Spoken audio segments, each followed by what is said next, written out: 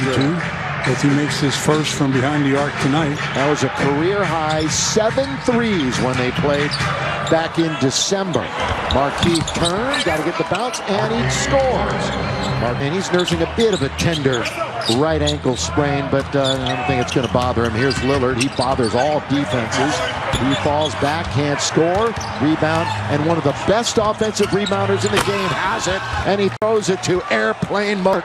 Doesn't shoot much in and around the rim. Most of his shots, of course, are three-point attempts, and 2 in a row now for Gary Trent Jr. He turns it over. Taken now by Covington.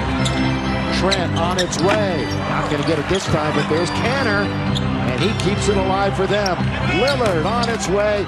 Down it goes, and a quick timeout. Things for the Lakers: protect the rim and go with the lobs. And here's Kanter scoring, count it, and 1, and he'll go to the line. All of a sudden, it's a quick 10-point lead. One more thing on Jones. He's a good Commodore from Vanderbilt University. I mentioned the last game homestand. LeBron going to try a long 2, and he knocks it down. LeBron James. Much need from Kanter, who will play heavy minutes tonight. But they take it away from Schroeder, and it's Trent. That's just too careful. Make sure you get it on the move. Well, 4 turnovers already. LeBron's got a couple of them. Gasol can't hit the 3. Caldwell Pope the save, and it finds its way to the King. Now into the corner. KCP on its way. Not there. Good weak side offensive rebound. Doing work is key. He'll get an opportunity for it. His season high is those 12 points for Markieff as he goes to the line. And that'll be missed, and it's better in the Western Conference. Covington, a 3-and-D guy. Here he goes. Oh, what a play. LeBron just picked his pocket. Took it going the other way, all the way. Scored. Defense to offense. Coast to... Who out there in the half court can just run the clock down and then create a quality look? Little comes into the game for the Blazers wearing number 9. He did not play in the first meeting.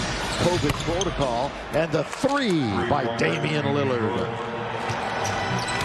6-time All-Star as he was, of course, selected again this year. Well, their backcourt already with 13 combined points. And again, C.J. McCollum has been out for a few weeks. Should return, though, before the playoffs quite comfortably.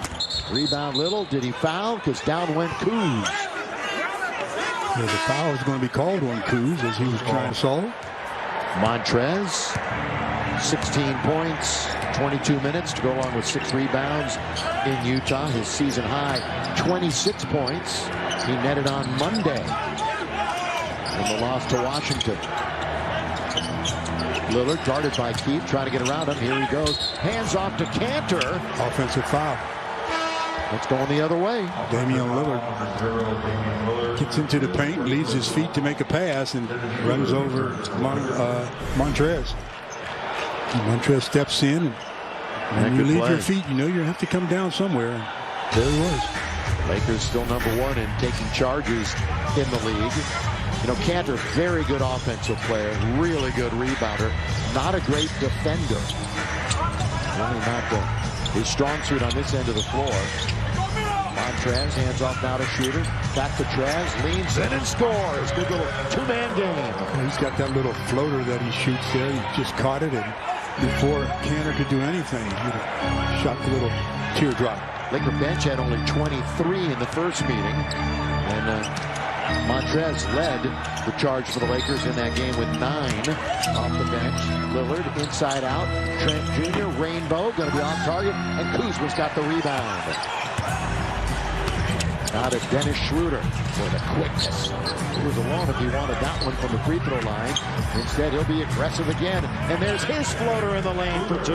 And it's only a 6-point game. I talked about having him back. It really takes pressure off of LeBron, having to create for other players as well as himself. Schroeder can do that also. And now when LeBron's on the floor with Schroeder, LeBron can rest on the offensive end. Bounce under to Kanter, couldn't control it. Now he's going to go around Montrez, who fouled him.